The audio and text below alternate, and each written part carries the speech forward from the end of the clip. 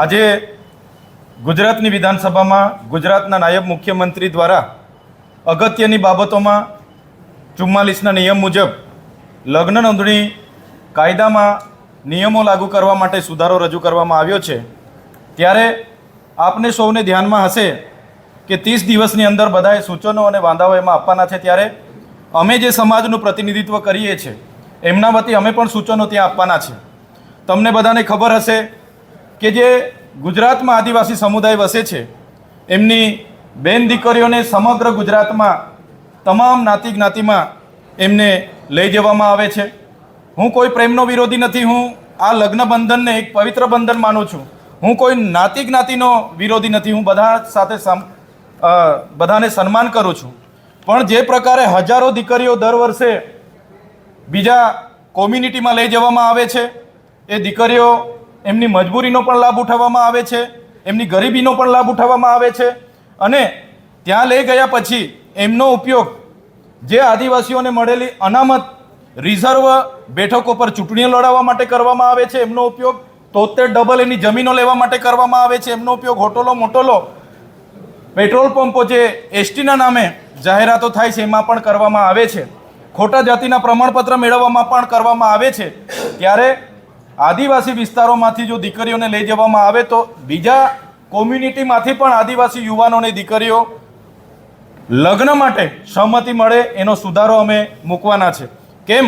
કેમ કે આદિવાસી દીકરીઓને તો બધા જ કોમ્યુનિટીના લોકો લઈ જાય છે, જ્યારે આદિવાસી દીકરો કોઈ બીજી કોમ્યુનિટીના દીકરીને લઈ આવે છે તો દુનિયા કરીને એ દીકરીને ફરી લઈ જવામાં આવે છે અને આદિવાસી દીકરા સાથે પરણવામાં નથી આવતી, જેના કારણે આજે આદિવાસી વિસ્તારોમાં પુરુષ અને સ્ત્રીના રેશિયામાં ખૂબ ઘટાડો છે।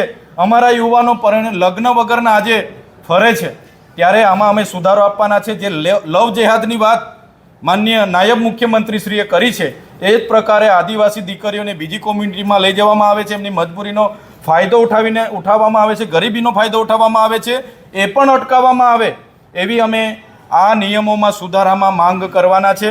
અને જે આદિવાસી દીકરીઓને આદિવાસીની રિઝર્વ બેઠકો પર અહીંથી પરણી લઈ જઈને ચૂંટણીઓ માટે એમને સિલેક્ટ કરવામાં આવે છે, 73 ડબલ એની જમીનોમાં માલિકી ધારામાં, વારસાઈ ધારામાં અને તમામ ધારાઓમાં એમનો ઉપયોગ કરવામાં આવે છે, એ બાબતને પણ અટકાવવામાં આવે।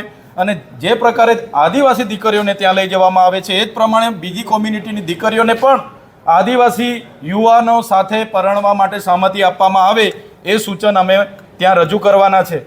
આજે સમાનતાની મોટી મોટી વાતો થાય છે, સમાન નાગરિક સંહિતા યુસીસીની મોટી મોટી વાતો થાય છે અને અમારા ભણેલા ગણેલા યુવાનો જ્યારે બીજી કોમ્યુનિટીમાંથી એમના પ્રેમ સંબંધ થાય ને જ્યારે બીજી કોમ્યુનિટીના બેનને લઈને આવે છે ત્યારે સહમતિ નથી મળતી। એની વાત પણ આ સુધારામાં નાયબ મુખ્યમંત્રી શ્રી ધ્યાન રાખીને એનો ઉમેરો કરે। કાં તો અમારી દીકરીઓને લઈ જવામાં આવે છે તો બધી જ કોમ્યુનિટીના દીકરીઓને પણ અમારા યુવાનોને આપવામાં આવે, ક્યાં તો બીજી કોમ્યુનિટીના લોકો અમારા યુવાનોને દીકરીઓ નથી આપવા માગતા તો અમારી કોમ્યુનિટીની દીકરીઓને પણ બીજી કોમ્યુનિટીમાં લઈ જવામાં ન આવે એ સુધારો પણ અમે આ નિયમોમાં મૂકવાના છે। ધન્યવાદ।